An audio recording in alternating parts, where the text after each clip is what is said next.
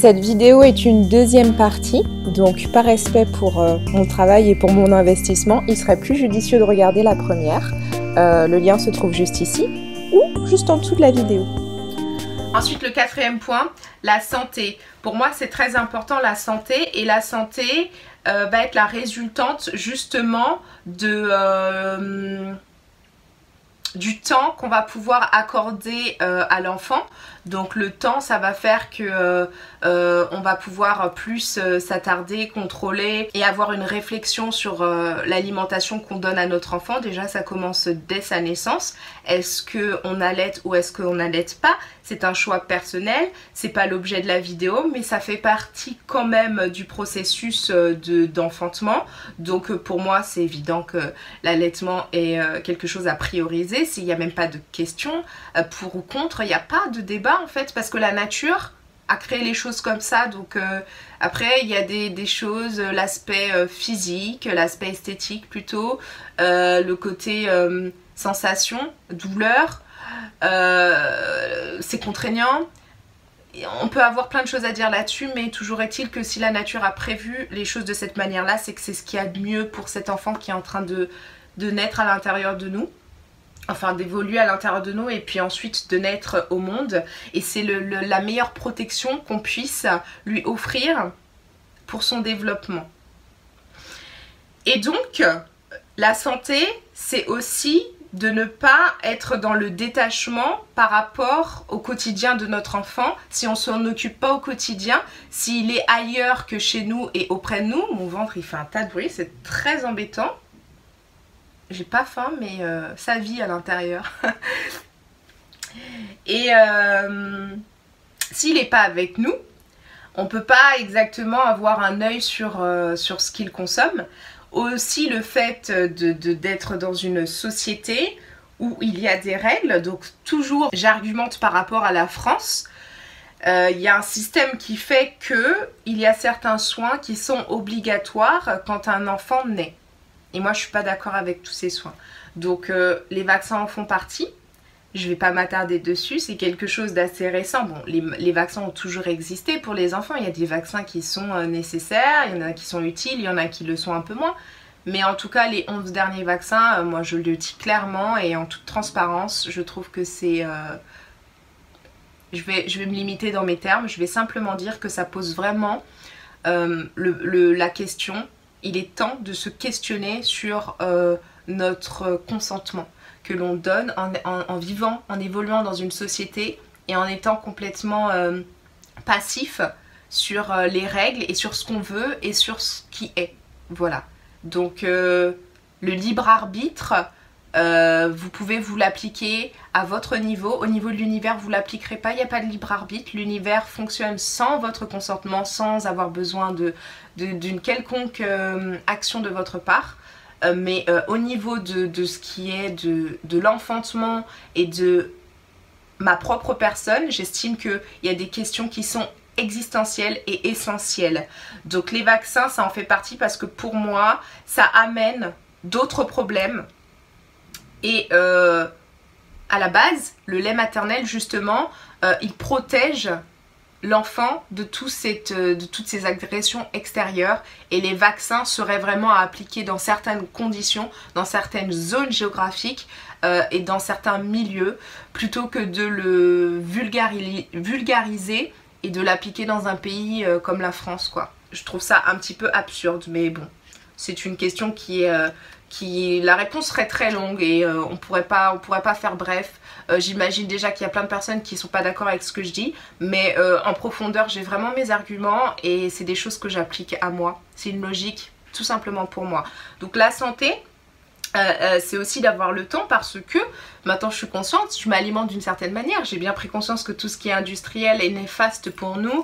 Donc pour moi, ça me paraît improbable que je nourrisse mes enfants avec des petits pots, que je donne du lait en poudre à mes enfants, que je prenne le soin à ce que mes enfants aient du calcium qui viendrait du lait de vache et que ce serait le meilleur lait pour apporter le calcium et que il faudrait beaucoup de fluor à mon enfant pour quand il grandit avec ses dents, pour garder des dents en bonne santé et des os forts, pardon.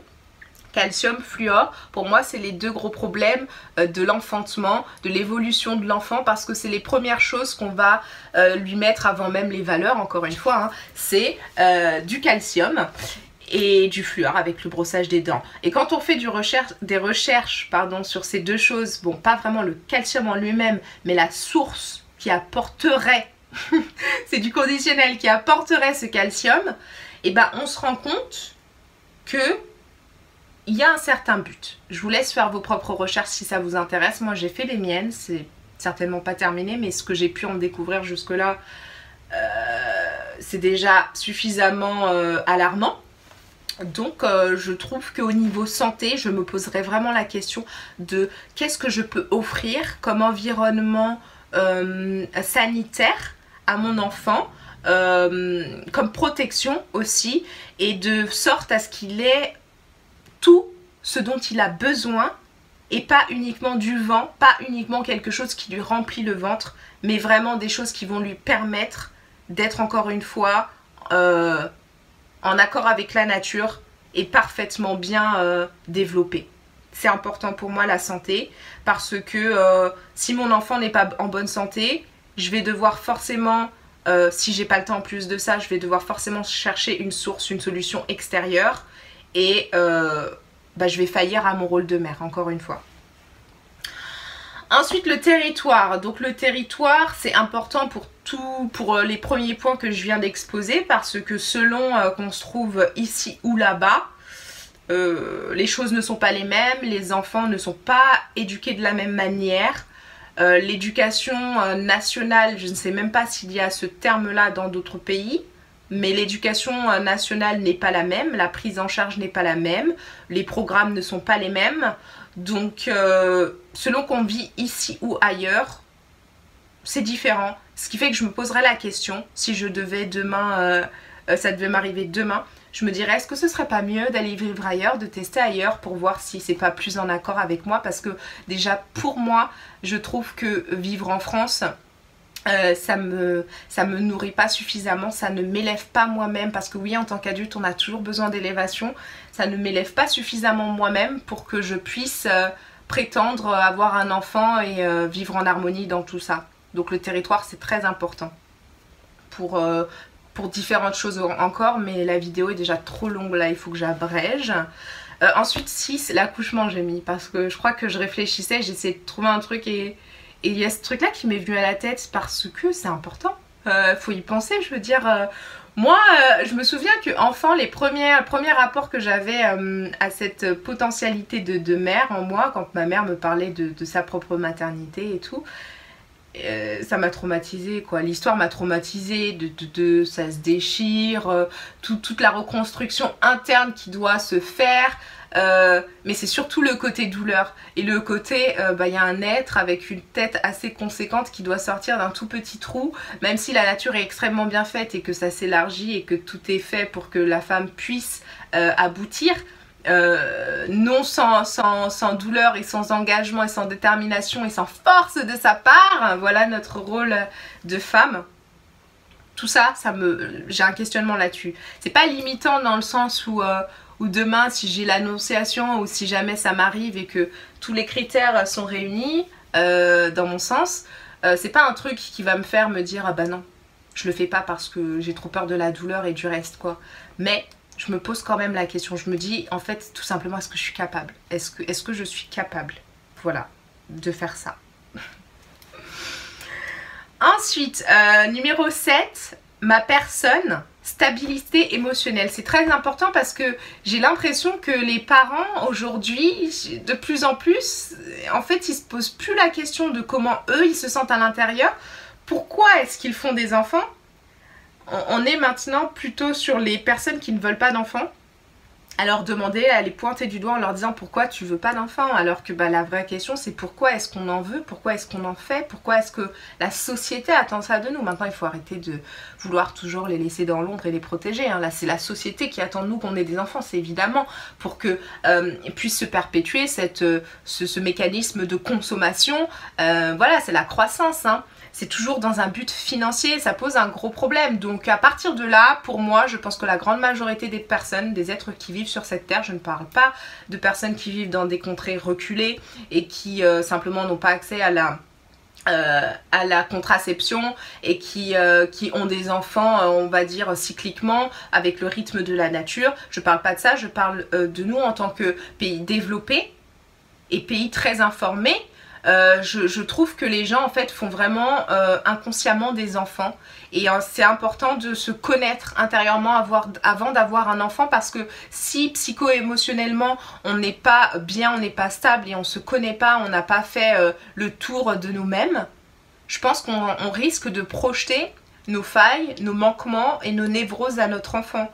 Et pour moi c'est même inévitable, je dirais à 90% des cas, parce que c'est inconscient en fait. C'est pas encore heureux que c'est pas conscient, encore heureux que c'est pas une volonté de notre part de nuire à notre enfant et de lui de perpétuer en fait notre déchéance. Mais c'est une question à se poser. Est-ce que je suis suffisamment bien avec moi? Est-ce que je me prends suffisamment bien en charge? Est-ce que je suis suffisamment détachée de mes manques et de mes questionnements pour pouvoir accueillir un nouvel être qui va attendre de moi que je lui montre l'exemple? Voilà, je ne peux pas lui montrer un exemple qui n'existe pas, que moi-même je ne connais pas, parce que je me suis jamais posé la question et parce que j'ai jamais pris le temps de m'occuper de moi à ce niveau-là. Ensuite, 8, l'enfant n'est pas moi en mieux. J'ai mis ça parce que ça découle de la première, ça découle du 7e point, parce que la majorité des parents attendent globalement de leur enfant qu'il soit une réplique d'eux, mais en mieux. Je voudrais que tu fasses pas ces erreurs-là que j'ai pu faire. Je voudrais que tu fasses mieux que moi. Je voudrais que tu t'en sortes. Mais si on a déjà cette condition qu'il y a un risque que l'enfant soit la continuité de ses parents, c'est déjà en fait envoyer cette pensée-là dans l'univers. Donc c'est une énergie qui revient forcément. Donc en fait il faudrait plus se dire que l'enfant est une entité à part entière, mais aussi à part de nous. À partir du moment où il naît, c'est assez compliqué je pense, mais surtout il y a on va dire qu'il y a un âge pour avoir ce détachement, cette deuxième coupe du cordon ombilical, dans le sens où l'enfant il doit pouvoir évoluer par lui-même en construisant sa personnalité à partir de ce qu'il ressent en son fort intérieur et non pas à partir des choses extérieures qui pourraient le déstabiliser et l'influencer dans ses choix et dans ses ressentis. C'est super important de comprendre et d'accepter que l'enfant est une entité à part entière, un être qu'on accueille. C'est un être qu'on accueille, c'est pas un être comme ça hasardeux qui est tombé du ciel. Qu'est-ce qu'on va faire de toi? Il a une mission, tout comme nous. Donc il faut respecter tout ça, il faut respecter le rythme, la nature encore une fois, et être suffisamment clean à l'intérieur de soi, être suffisamment neutre pour que l'enfant puisse se construire. La construction intérieure, c'est super important. J'en sais quelque chose, un enfant qui se construit mal intérieurement, il aura beaucoup de boulot par la suite. Ça va lui demander beaucoup d'engagement et beaucoup de force. Voilà, c'est très mental. Donc c'est super important. Alors le 9e point est vide. Je savais pas quoi mettre, mais je voulais que ça finisse par 10. Donc je vais combler cet espace vide en disant simplement que je vais me poser la question sur la magie. En fait, est-ce qu'il s'est passé vraiment quelque chose avec mon partenaire? Je pense vraiment que le partenaire en fait et c'est très important, la symbolique de l'enfant. Se dire qu'en fait c'est deux polarités qui vont donner vie à une troisième, ces deux énergies, donc les polarités sont de toute façon des énergies, donc ces deux énergies qui vont donner naissance à une troisième énergie. Il faut que ces deux énergies, donc ces deux polarités, soient elles-mêmes équilibrées. Donc il faudrait que la polarité féminine ait 50% de son féminin d'activé et d'éveillé et 50% de son masculin de la même façon équilibré. 50-50, donc c'est un être qui est parfaitement équilibré dans tous les domaines de sa vie, qui est stable et qui est accompli en fait, et qui saurait transmettre. Du côté de l'homme, c'est pareil, il faudrait qu'il soit équilibré aussi à ce niveau-là, et ça donnerait en fait potentiellement un enfant qui serait équilibré déjà au niveau génétiquement parlant, et ensuite au niveau de l'éducation, il y aurait une symbiose parce que effectivement si une troisième énergie découle de nos énergies unifiées à tous les deux, c'est magnifique et ça peut que donner un enfant très éveillé, très sensoriel et très prometteur pour l'avenir. Voilà, je trouve ça très très très beau, donc ce serait la symbiose, ressentir à l'intérieur de moi que c'est le bon moment, que je me pose pas toutes ces questions justement parce que la nature a juste décrété que c'était le bon moment, que j'avais trouvé la bonne personne et que c'était juste le bon équilibre. Voilà. Donc du coup, j'aurais pas à me poser...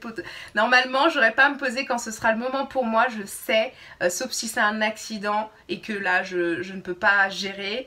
Je saurais que c'est comme un signe de l'univers pour dire, tu vois la vidéo que t'as faite là ?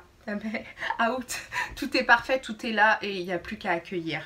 Le 10e point, c'est un enfant se fait à deux et ça rejoint le point précédent, c'est que aujourd'hui la majorité des gens, alors je suis peut-être un petit peu catégorique et je suis peut-être complètement extrême et comment on dit, il y a un mot là que je cherche, oh je sais plus, un côté d'être trop arrêté sur l'idée. Mais j'ai l'impression de ce que je vois, de ce que je peux... Après, on a toujours notre perception et notre interprétation des choses. Mais quand même, j'ai l'impression que les gens sont plutôt en désaccord, que l'enfant, il vient comme soit tout chamboulé, ou soit il est le gage ou le garant de la stabilité, de la bonne santé du couple. Parce que avant l'enfant, il n'y avait pas une stabilité. Et ce serait un petit peu l'enfant qui viendrait sauver. Et il vient rien sauver du tout, ça devient un enfant éponge et qui va forcément développer des troubles par la suite. Donc c'est aussi le rôle des parents de savoir avec qui font leurs enfants quand c'est pas quelque chose de volontaire.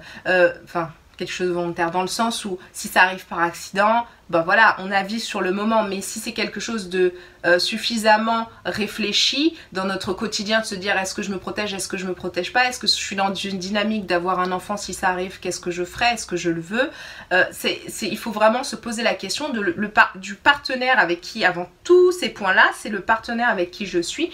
Est-ce qu'il est suffisamment ma polarité, mon opposé complémentaire, c'est ça le mot.